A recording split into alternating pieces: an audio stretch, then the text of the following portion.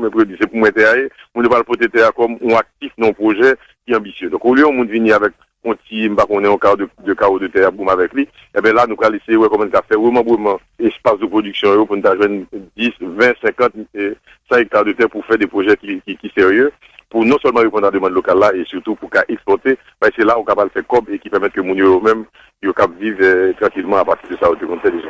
Ministre Lalo, est-ce que le projet ça, nous passe de la parole aux actes déjà, est-ce que, tant coup, production, produit organique ça, est-ce que nous commençons à évaluer déjà, est-ce qu'il y a des gens qui commencent à investir là-dedans, nous aider déjà? Bon, même pas c'est que faut entendre dans la télévision et dans la radio, ou même sur le journal, des projets que le gouvernement a appuyés. Par exemple, il y a un projet dans le nord et le nord-est, il y a quand même une demi-douzaine de grands projets agricoles qui ont développé. Il y en a d'ailleurs qui est même phare d'ailleurs, qui sont recevoir un prix comme projet d'entreprise innovante pour l'année 2013. C'est projet Agritrans, qui a fait dans le nord-est, qui a fait sous 1000 hectares de terre, côté trafic banane pour vendre à l'exportation pour la plupart. C'est-à-dire une bonne partie va vendre à l'exportation, mais reste à vendre dans le pays. Mais c'est quand même sous 1000 hectares de terre qui a fait en production dans une zone qui était réputée en zone aride, d'ailleurs qui a été utilisée pour faire piste dans le temps. Et il faut qu'on a invité les gens qui vivent dans la zone-là, leur venir en Haïti, à font visiter plus responsabilité.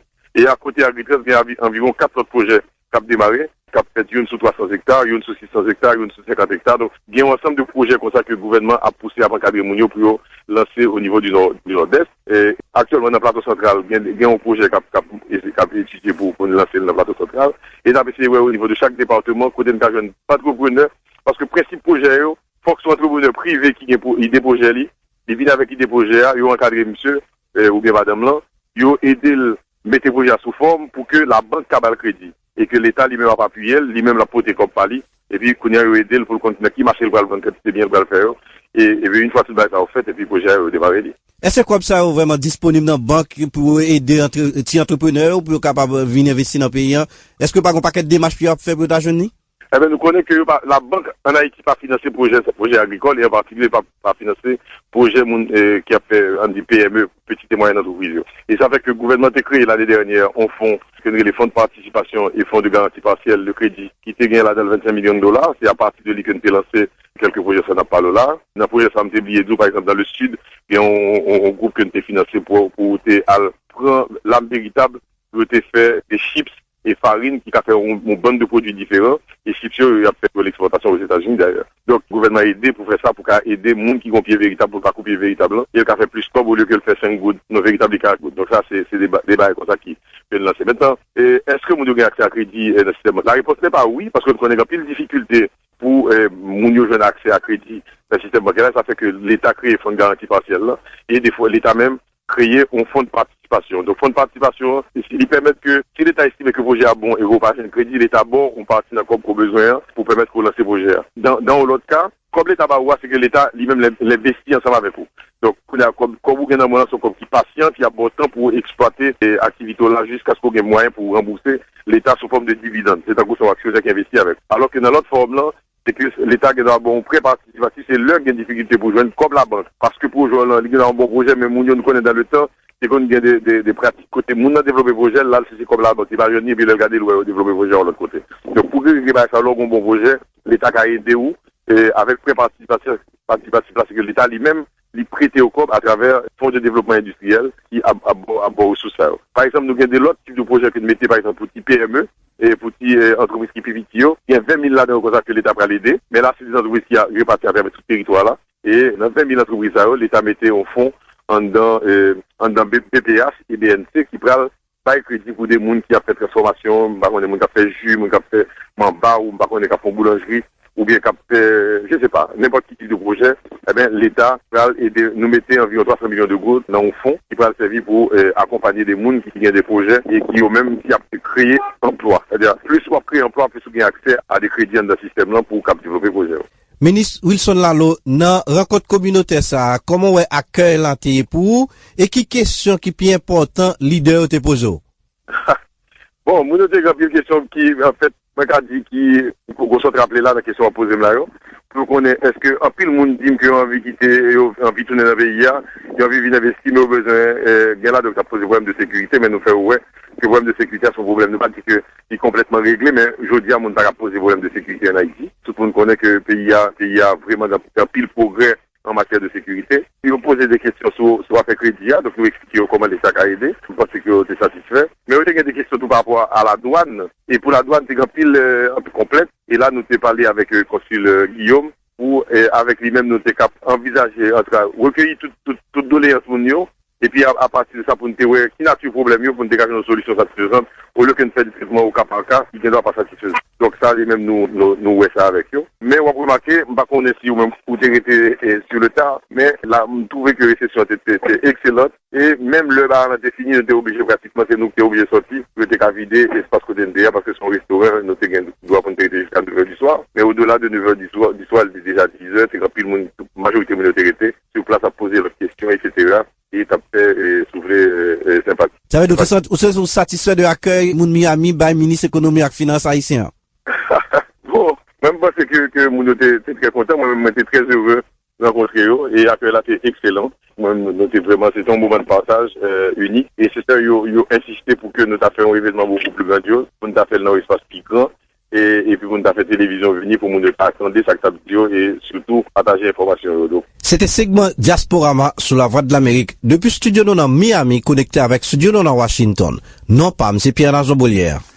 Merci beaucoup, Pierre-Nazo Bolière. Je suis pratiquement arrivé dans votre lit. On va nous dire au revoir, on a rappelé quelques grands titres qui a fait actualité après-midi à Jean-Pierre Noir. Eh bien, président américain Barack Obama a chanté louange alliance durable qui existait entre la France et les États-Unis. Dans un moment, il a accueilli président français François Hollande à la Maison Blanche jeudi mardi. Et M. Obama dit alliance qui m'a connaît deux pays, puis solide et puis profond passé Jean le Théier pendant 20 ans que ça passé.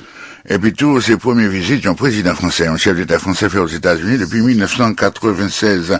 Les États-Unis semblent sous route pour éviter un nouveau bras de fer à la dernière minute sous question autorité administration américaine n'a gagné pour chercher l'argent prêté. Président de la Chambre des représentants, un député républicain John Boehner dit aujourd'hui à l'IPRAL permettre un vote fait pour augmenter l'argent gouvernement capable de prêter. Eh bien, Haïti, deuxième phase dialogue interhaïtien, il commencé, aujourd'hui à l'hôtel El Rancho, première journée en bout déjà, et 23 représentants, partis politiques rencontrés avec le président Michel Martelly pour présenter le accord était joint dans la première phase dialogue là. Nous avons un détail dans le journal là avec député Guy Gérard Georges, membre PEP, parlementaire pour équilibre politique, qui est observateur dans dialogue interhaïtien. Et il a fait débat et sous les questions qui ça a choisi entre un gouvernement de consensus ou bien un gouvernement et d'ouverture. Voilà, dans le studio 11 là, moi c'est Serge Rodriguez. Et moi c'est Jean-Pierre Leroy. Tout à contrôlant des gains comme réalisateur Mike Frank et puis comme ingénieur du son des gains Dan Carton. Bonsoir.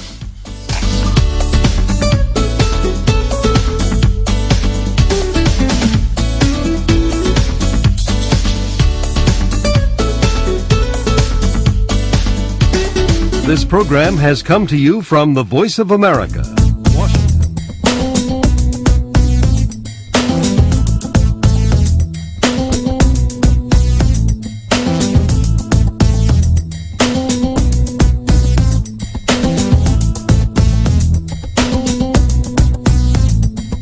Je ne sais pourquoi dans sa grâce, le Seigneur Jésus m'a tant aimé. Pourquoi? Son amour il efface ma dette et mon péché. Mais je sais qu'enrichir la vie, il m'a sauvé dans son amour. Et gardé par sa main meurtrie, j'attends l'heure de son retour. Laissez Jésus rentrer dans vos cœurs.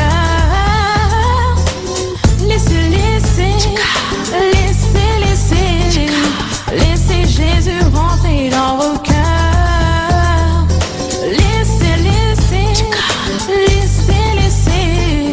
Laissez Jésus rentrer dans vos cœurs. Pourquoi le Seigneur m'a tant aimé, malgré que les hommes m'ont achevé, mais il est ressuscité. Pourquoi des questions sans réponse. Bah si, j'en ai une. Ah bon? Bah laquelle? Il est le fils de Dieu, c'est tout. Il est ressuscité. Non, c'est pas vrai. Ah non, je savais pas. D'accord.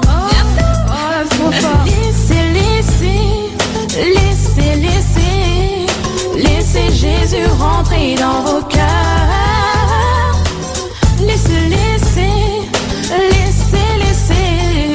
Laissez Jésus rentrer dans vos cœurs.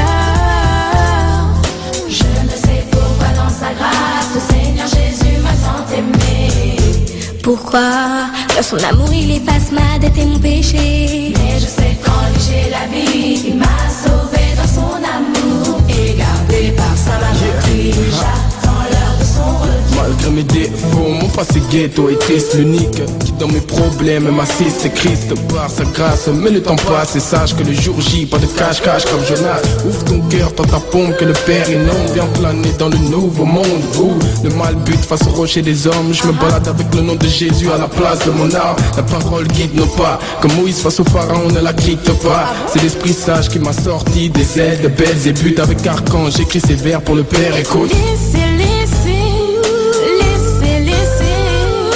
Laissez Jésus rentrer dans vos cœurs.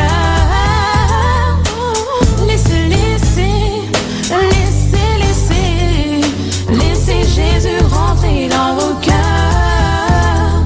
Je ne sais pourquoi dans sa grâce le Seigneur Jésus m'a tant aimé. Pourquoi? Dans son amour il efface ma dette et mon péché. Mais je sais qu'en lui j'ai la vie. Il m'a sauvé dans son amour et gardé par sa main meurtrie. J'attends l'heure de son retour. Jean, chapitre 5. Ensuite, il y a une fête juive et Jésus va à Jérusalem.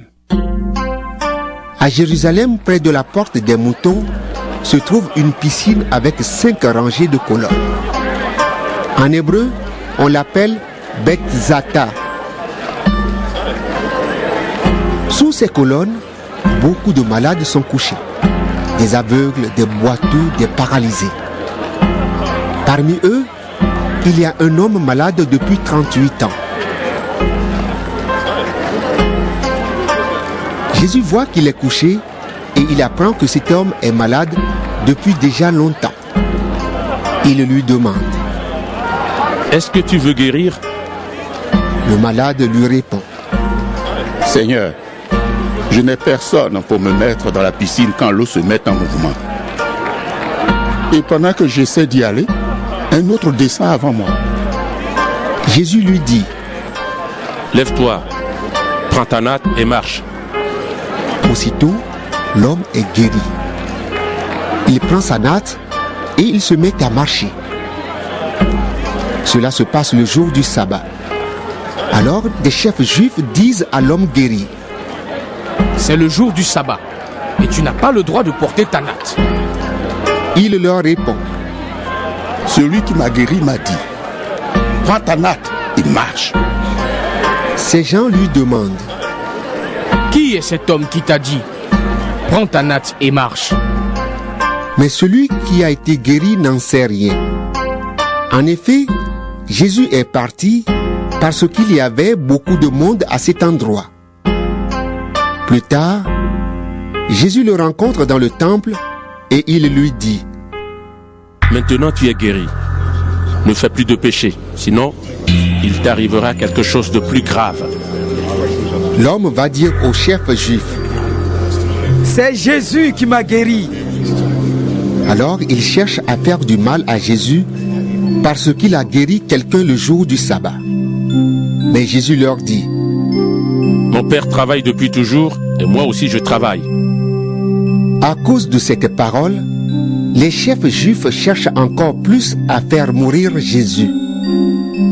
En effet, Jésus ne respecte pas le sabbat. Mais surtout, il dit que Dieu est son Père et ainsi, il se fait égal à Dieu. Jésus reprend la parole et dit: Oui, je vous le dis, c'est la vérité. Le Fils ne peut décider lui-même ce qu'il doit faire. Il voit ce que le Père fait et il fait seulement cela.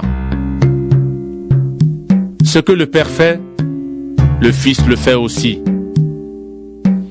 Le Père aime le Fils et il lui montre tout ce qu'il fait. Il lui montrera des actions encore plus grandes et vous serez très étonnés. En effet, le Père réveille les morts et il leur donne la vie. De la même façon, le Fils donne la vie à qui il veut. Et le Père ne juge personne, mais il a donné au Fils tout le pouvoir pour juger. Ainsi, tous respecteront